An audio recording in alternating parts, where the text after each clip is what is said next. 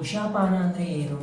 ಉಷಾಪಾನ ಅಂತಂದರೆ ಭಾಳ ಜನರು ಏನು ಮಾಡ್ತಾರೆ ಅಂತಂದರೆ ಬೆಳಗಿನ ಜಾವ ಏನು ಮಾಡಬೇಕು, 1 ಎಣಿಸು 1 2 3 4 5 ಅಂತ ಎಣಿಸ್ಬಿಟ್ಟು 8 ಗ್ಲಾಸ್ಗಳ ಕಾಲ ನೀರನ್ನು ಕುಡಿಬೇಕು. ಇದೇ ಉಷಾಪಾನ. ಅದು ಉಷಾಪಾನ ಅಲ್ಲ, ಅದು ವಿಷಾಪಾನ. ನೀವು ಬಿಟ್ಕೋಬೇಕು, ಅದು ಉಷಾಪಾನ ಅಲ್ಲ, ವಿಷಾಪಾನ. ಆ ರೀತಿ ಏನಾದರೂ ಹೇಳಿದ್ರು, ಯಾರಾದರೂ ಹೇಳೋದಂದ್ರೆ ಅವ್ರದ್ದು ಸಮಸ್ಯೆ, ಅವ್ರದ್ದು ಏನು ತಪ್ಪಿಲ್ಲ, ಮತ್ತು ಕೇಳೋದು ನಿಮ್ಮದು ತಪ್ಪಿಲ್ಲ. ಯಾಕೆ ಇಬ್ಬರದ್ದು ತಪ್ಪಿಲ್ಲ? ಯಾಕೆಂದರೆ ಅದರಿಂದ ಸರಿಯಾದ ರೀತಿಯಿಂದ ಏನಾದರೂ ನಿಮ್ಗೆ ಮಾಹಿತಿ ಇತ್ತು ಅಂದಾಗ ಮಾತ್ರ ಅದನ್ನು ಮಾಡಬೇಕು. ಈ ಸುಮ್ಮನೆ ನೀವು ಬೆಳಗ್ಗೆ ಹೇಳ್ಬೇಕು, ನೀರು ಕೊಂಡಾಗ ಮಾತ್ರ ಮೋಷನ್ ಕ್ಲಿಯರ್ ಆಗುತ್ತೆ, ಅದು ಆಗುತ್ತೆ, ಇದು ಆಗುತ್ತೆ ಅಂತ ಏನೋ ತಲೆ ಇತ್ತು ಅಂತಂದರೆ ಅದು ತುಂಬ ದೊಡ್ಡ ತಪ್ಪು ಮಾಡ್ತಾ ಇದ್ದೀರ.